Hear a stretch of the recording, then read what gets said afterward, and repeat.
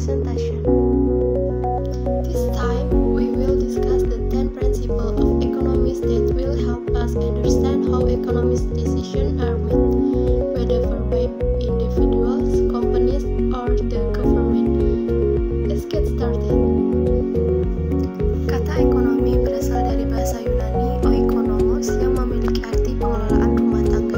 Sekilas arti ini mungkin terkesan aneh, namun dalam kenyataannya, rumah tangga dan ekonomi memiliki banyak kesamaan, yaitu suatu rumah tangga juga senantiasa dihadapkan pada banyak keputusan.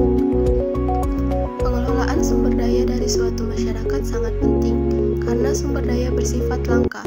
Kelangkaan sumber daya berarti suatu masyarakat memiliki jumlah sumber daya yang terbatas. Ilmu ekonomi mempelajari bagaimana masyarakat mengelola sumber dayanya yang langka tersebut. Meskipun ilmu ekonomi memiliki banyak bidang, seluruh bagian dari bidang ilmu ini dipersatukan oleh beberapa pemikiran yang mendasar. Dalam video kali ini, kita akan mempelajari 10 prinsip ekonomi. 10 prinsip ekonomi yang akan kita pelajari akan memberikan gambaran awal kepada Anda mengenai apa yang sebenarnya ilmu ekonomi itu. Prinsip yang pertama adalah orang menghadapi trade-off. Setiap keputusan yang kita ambil pasti melibatkan pilihan. Kalau kita memiliki satu hal, kita harus mengorbankan yang lain. Misalnya, kalau kita punya uang untuk membeli baju, kita mungkin harus menunda membeli gadget baru. Trade-off lainnya yang dihadapi masyarakat adalah antara efisiensi dengan pemerataan. Efisiensi berarti masyarakat mendapatkan manfaat yang optimal atas penggunaan sumber daya yang langka. Sedangkan pemerataan berarti manfaat dari sumber daya tersebut didistribusikan secara adil di antara anggota masyarakat. Dengan kata lain, efisiensi merujuk pada besarnya kue ekonomi dan pemerataan merujuk pada bagaimana kue ekonomi itu dibagi untuk setiap individu. Prinsip yang kedua adalah biaya adalah apa yang Anda korbankan untuk mendapatkannya. Ini disebut opportunity cost atau biaya peluang. Opportunity cost dari sesuatu adalah hal-hal yang harus dikorbankan untuk mendapatkannya.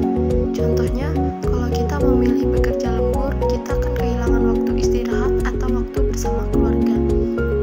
Prinsip ketiga adalah orang yang rasional berpikir pada batasan. Individu yang rasional secara sistematis dan sadar melakukan tindakan terbaik yang dapat dilakukannya untuk mencapai tujuannya, berdasarkan pada kesempatan yang tersedia.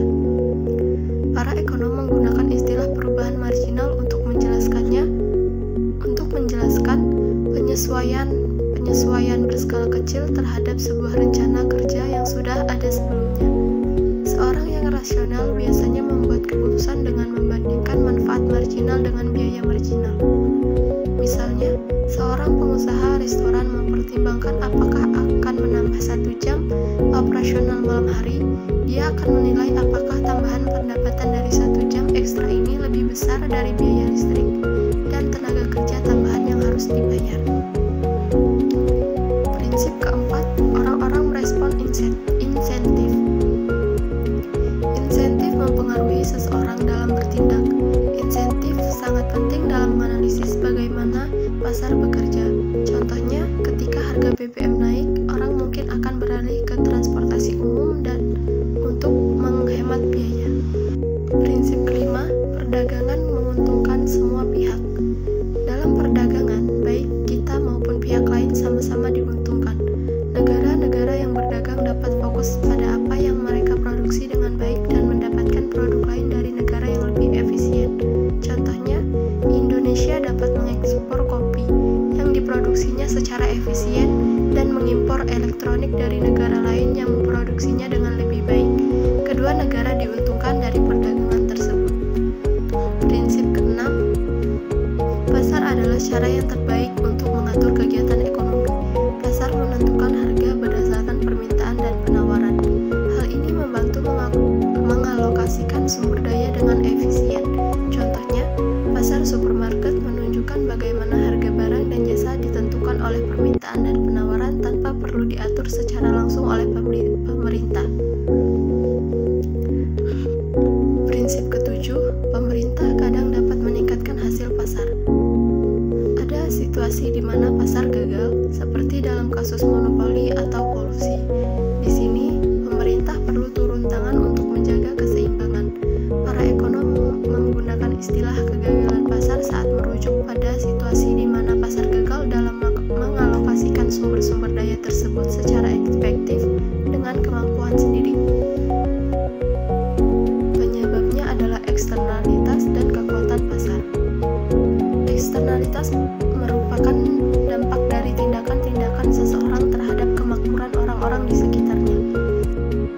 Sedangkan kekuatan pasar adalah kemampuan dari pelaku ekonomi tunggal atau sekelompok orang yang secara substansial dapat mengatur harga pasar.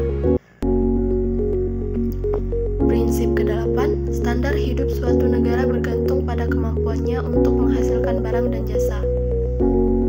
Produktivitas antar negara adalah jumlah barang dan jasa yang dihasilkan oleh setiap unit masukan tenaga kerja. Negara yang lebih produktif bisa memproduksi barang dan jasa lebih banyak, yang pada akhirnya meningkatkan kesejahteraan masyarakat. Contohnya, negara seperti Jepang dan Jerman yang memiliki tingkat produktivitas tinggi di bidang manufaktur dan teknologi, cenderung memiliki standar hidup yang lebih tinggi dibandingkan dengan negara produktivitas rendah. Prinsip ke-9, harga-harga meningkat ketika pemerintah mencetak terlalu banyak uang. Inflasi adalah peningkatan harga secara keseluruhan dalam suatu perekonomian. Ketika jumlah uang yang beredar terlalu banyak, nilainya turun, dan inflasi pun terjadi. Itulah kenapa stabilitas jumlah uang sangat penting. Contoh dari Zimbabwe pada awal 2000-an, ketika pemerintah mencetak uang dalam jumlah besar, menyebabkan hiperinflasi, di mana harga barang-barang kebutuhan pokok meningkat secara drastis. Dan prinsip terakhir adalah masyarakat menghadapi trade-off jangka pendek antara inflasi dan pengangguran. Kebijakan yang menurunkan inflasi bisa meningkatkan pengangguran, begitu juga sebaliknya.